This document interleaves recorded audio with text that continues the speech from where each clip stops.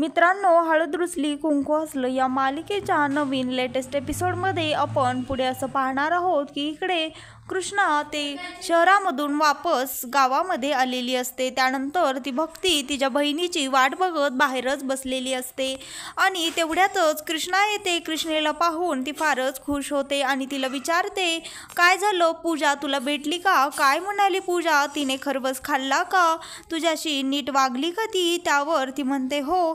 तर भक्ती तिला विचारते, खरंच खरवस बघून तर ती फारच खुश झालेली असणार। काय ग कृष्णे, ती तुझ्यावर डाफरली नाही ना? म्हणजे तू एवढा अट्टहास करून जीवाचा आटापिटा करून तिच्यासाठी खरवस घेऊन गेलीस? त्यावर कृष्णी तिला म्हणते, छे ग, माझ्यावर कसली डाफरते ती तर मला बघून फारच खुश झाली। मला बघितल्यावर तिला एवढा आनंद झाला की तिने मला मिठीच मारली आणि त्यानंतर तिने मला तिचं ऑफिसही दाखवलं। ती फारच आनंदी झाली आणि खरवसही तिने अगदी आवडीने खाल्ला बघ। पण तुला आणि आईला ती विचारत होती आणि माझ्याशी तर तिने एवढ्या गप्पा मारल्या। पण लहानपणी खेळ खेळत होतो ना सूर पारंब्याचा, अगदी तसंच तिने मला मिठी मारली। त्यानंतर ती सांगते, फक्त तेवढं गावाकडे यायला मात्र ती नाही म्हणाली, कारण सुट्ट्या नाही आहेत, वेळ नाहीये आणि तिचं ऑफिस तर काय छान आहे असं तुला सांगू। तिच्या ऑफिसच्या इमारती तर अशा मोठ्या मोठ्या पार गगनालाच जाऊन भिडलेल्या आहेत की काय असं वाटतं। आणि ते लिफ्ट का काय ते तर सांगू का तुला कसं असतं, तिथं जाऊन असे माणसे उभी राहतात आणि ते आपोआपच वरी जातं आणि ते माणसांना खाली बी आणून सोडतं। पण मला तर त्याची लईच भीती वाटली, त्यामुळे मी आपलं पायऱ्यांनीच गेले, शिड्यांनी गेले आणि शिड्यांनीच खाली आले। असलं उंच होतं तिचं ऑफिस, पार चलून चलून माझं पाय दुखायले की असं ती भक्तीला सांगते। त्यावर ती भक्ती कृष्णेला म्हणते, कृष्णे, मी काही तुला आज ओळखत नाहीये, मी तुला अगदी लहानपणापासून ओळख, त्यामुळे तुझ्या ओठावरचं खोटं आणि डोळ्यातलं खरं मी लगेच ओळखते। तू सांगते आहेस तसं काहीच झालेलं नाहीये। ती तुला बघून खुश झालीही नाही आणि तिने तुझा खरवसही खाल्ला नाही व ती तुला नीट बोललीही नाही। हो ना कृष्णे, तिकडे असंच झालं ना? मला खरं काय ते एकदा सांग, तिकडे नक्की काय घडलं आहे? पूजी तुला काय म्हटली, मला हे सगळं खरं खरं सांग। त्यानंतर ती कृष्णा झालेलं सर्व तिला सांगायला लागते आणि त्यानंतर ती सांगते, तिने मला तिथे ओळखच दाखवली नाही आणि मला म्हटली, तू कोण आहेस, मी तुला ओळखत नाही। त्यानंतर मला पार्किंगमध्ये खाली घेऊन आली आणि मला म्हटली, यानंतर कधीच इथं ऑफिसमध्ये यायचं नाही आणि तो खरवसही माझ्यासाठी घेऊन का आलीस, मला आवडत नाही, तिकडे नेऊन तो फेकून दे असं मला ती म्हटली। त्यानंतर ती हे सांगताना तिच्या डोळ्यामध्ये पाणी आलेलं असतं, ती रडत असती। ती भक्तीला म्हणते, माझ्या नशिबामध्ये आपल्या कुटुंबाचं सुखच नाहीये भक्ते, मला हे सगळी लोक कधी आपले मानतील असं म्हणून ती तिच्या गळ्याला मिठी मारते आणि जास्तच रडायला लागते। त्यानंतर हे सर्व त्या पूजीचं वागणं ऐकून भक्तीच्याही डोळ्यात पाणी येतं आणि त्या दोघी बहिणी इकडे रडायला लागतात। त्यानंतर जयंत शेठ कृष्णीच्या शेतामध्ये त्यांची माणसे घेऊन आलेला असतो आणि तो त्या माणसांना सांगतो,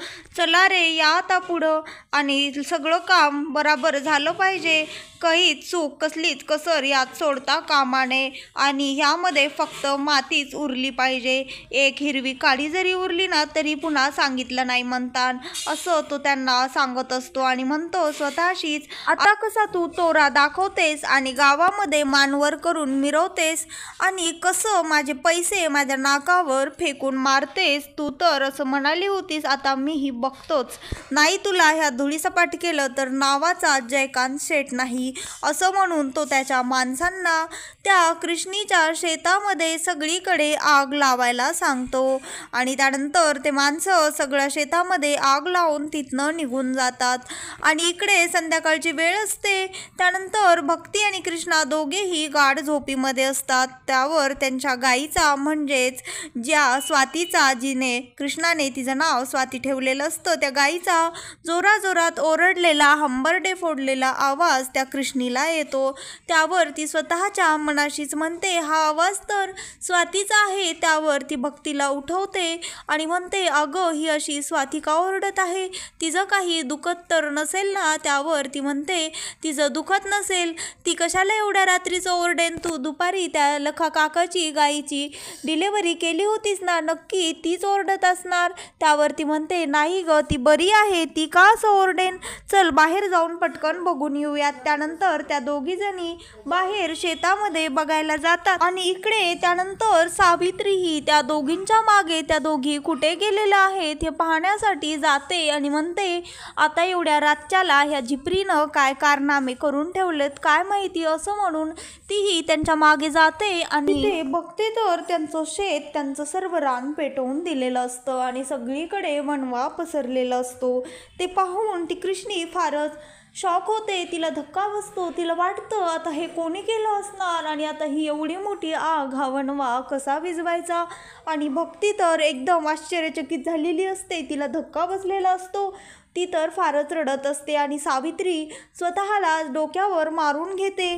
त्यानंतर ती म्हणते आता हे रान एवढं हे झालेलं आहे, पेटलेलं आहे, आता कसं बरं हे वणवा मिटवायचा आणि हे सर्व धान्य आमचं नुकसान झालं आहे, आता आम्ही कसं त्या जयकांचं कर्ज फेडायचं, असं म्हणून ती कृष्णीलाच शिव्या देत असते. आणि त्यानंतर ती सगळ्या गावकऱ्यांना जमा करते, जोराजोरात रडते. त्यावर तिथे गर्दी जमते आणि ती म्हणते स्वाती मी तुला काहीच होऊ देणार नाही, तू थांब, मी आलेच तुला वाचवायला. पण तिला कोणीही जाऊ देत नाही, सर्व माणसांनी तिला पकडून धरलं असतं, कारण जर ती त्या आगीमध्ये गेली तर वापस येणार नाही असं सर्वांना वाटत असतं, कारण तो वनवास तेवढा लांबपर्यंत पेटलेला असतो. आणि कृष्णी कोणालाही न जुमानता त्या आगीमध्ये जाते, कारण तिला त्या स्वातीला वाचवायचं असतं. आणि सावित्री तिला म्हणते काही गरज नाही, ती स्वातीला तू जर मेलीस तर मर, पण त्या स्वातीला तुला वाचवावंच लागेल, तुम्ही कशाला तिला पकडून धरतायत, काही गरज नाही तिला पकडण्याची, सोडा तिला, असं म्हणून ती त्या गावकऱ्यांना तिला सोडायला सांगते. आणि कृष्णी मध्ये जाते, त्या स्वातीला वाचवण्याचा प्रयत्न करते, पण तिला ती आग त्या झळ्या सहन होत नाहीत आणि ती स्वतः चक्कर येऊन पडते. त्यानंतर तिला शुद्ध असते, तिला आठवतं लहानपणी ज्या वेळेस तिच्या वडिलांनी फाशी घेतली होती त्यावेळेस ती त्यांच्या जवळच होती आणि ते तिला म्हणालेलं असतात बाळा मोठे झालीस ना, मी तुझं लग्न अगदी थाटामाटात करून देईल आणि ही गाय आहे ना, ही ज्या लेकरू ज्या वेळेस होईन तेही मी तुझ्या लग्नामध्ये तुझ्यासोबतच तुझ्या सासरी पाठवेन. आणि ते त्याच गाईचं पिल्लू म्हणजे स्वाती असते. त्यावर तिला ते बाबांचं बोलणं आठवतं आणि ते उठते आणि त्या स्वातीला वाचवायचा प्रयत्न करते. आणि इकडे ते दुष्यंतचे वडील आलेले असतात, त्यांनी हातामध्ये बाळजाबाईचं कडं घेऊन आलेले असतात आणि ते म्हणतात बाळजाबाई तुला खूप इलेक्शनला उभं राहण्याचा शॉक आहे ना, निवडून येण्याचा, आता मी पण बघतोच की तू कसं उभा राहतेस आणि कशी निवडून येतेस, असं म्हणून ते त्या आगीमध्ये त्या बाळजाची बांगडी फेकून देतात. आणि इकडे कृष्णी तिथे असलेला एक लाकूड घेते आणि त्यानंतर त्या दावणीला बांधलेल्या गाईला सोडते आणि तिला सुखरूप बाहेर आणते. त्यानंतर ती सावित्री त्या गाईला म्हणते तुला काही झालं नाही ना, तू बरी आहेस ना, असं म्हणून तिला स्वतःच्या घरी घेऊन जाते. आणि इकडे कृष्णी चक्कर येऊन खाली पडते. त्यानंतर ती भक्ती कृष्णीला स्वतःच्या जवळ घेऊन रडायला लागते आणि सर्व गावकरीही कृष्णीचं कौतुक करत असतात. आणि इकडे गौतमी दुष्यंतच्या ऑफिसमध्ये त्याच्या केबिनमध्ये येऊन उभी टाकते त्याच्या समोर आणि तो कामामध्ये मग्न असतो आणि ती स्वतःशीच म्हणते आहे तर हा charming P perfect partner material, पण आता हा पैशाने श्रीमंत आहे की नाही तेव्हाच कळेल ज्या वेळेस हा कंपनीमध्ये इन्व्हेस्टमेंट करेन आणि कंपनीची पार्टनरशिप घेईल. तेवढ्यातच दुष्यंत तिला म्हणतो आता किती वेळ अशीच उभी राहणार आहेस आणि काय बघत आहेस. त्यावर ती हा स्माइल करते आणि म्हणते तुला कसं कळालं. त्यावर ती त्याला विचारते तू काय विचार केला आहेस दुष्यंत. तिला म्हणतो कशाबद्दल. ती म्हणते ऑफकोर्स आपल्या इन्व्हेस्टमेंटबद्दल, कारण मी घरी तसं सांगितलं आहे आणि तुझ्या आता जर तू कंपनीचा पार्टनर झाला तरच आपलं लग्न होणं शक्य होईल. त्यावर तो म्हणतो काळजी करू नकोस, मी त्याचा पूर्ण विचार केला आहे, इनफॅक्ट पैसे तर आत्ताच मॅनेज झाले असते, पण आई इलेक्शनला उभी राहिली ना, त्यामुळे मध्येच अडचण आली. त्यावर ती म्हणते, ठीक आहे, एवढं काही नाही. इनफॅक्ट जर त्या जिंकल्या तर अख्खं गाव त्यांच्या पुढे लोटांगण घालेन, हे काही कमी नाही आहे. त्यावर तो म्हणतो, हो ते तर आहेच. त्यानंतर तो तिच्या क्लोज यायला लागतो, तर ती त्याला क्लोज येऊ देत नाही आणि म्हणते, कंट्रोल, तू आत्ता घाई करू नको. सध्या तू फक्त तुझ्या कामावर फोकस कर आणि इन्व्हेस्टमेंट कशी करता येईल त्याची तरतूद कर. आणि इकडे बाळजाबाई प्रचंड चिडलेल्या असतात आणि त्या मैनावतीला जोराजोरात हाका मारतात. त्यावर ती म्हणते, काय झालं काकी साहेब? त्या सांगतात, अगं माझं सोन्याचं 2 तोळ्याचं कडं सापडत नाहीये, काय माहीत कुठे गेलं. त्यावर त्या विचारतात, तू पाहिलंस का? मैनावती त्यांना म्हणते, नाही मी पाहिलं नाही, पण जर मी पाहिलं असतं तर तुम्हाला लगेचच आणून दिलं असतं.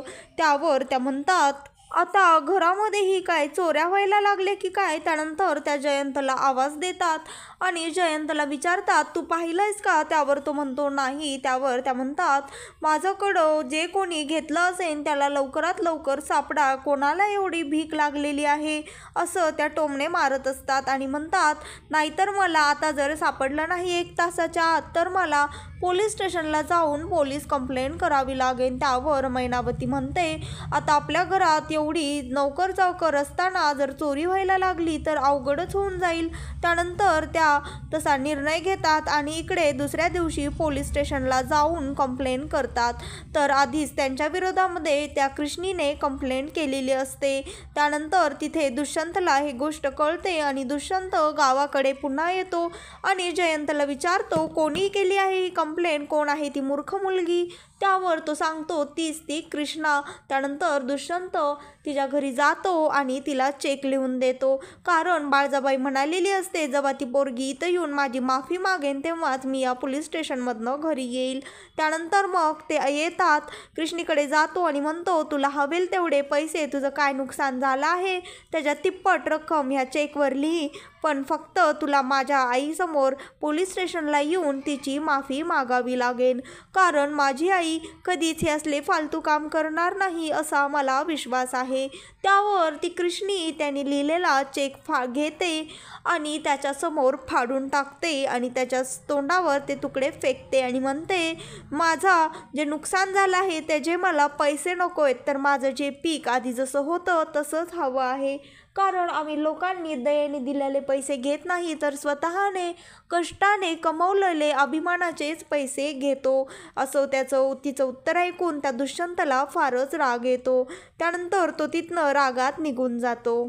तर मित्रांनो, हळद रुसली कुंकू हसलं या मालिकेचे नवनवीन लेटेस्ट एपिसोड पाहण्यासाठी आत्ता चॅनलला लाईक, शेअर आणि सबस्क्राईब मात्र नक्की करा.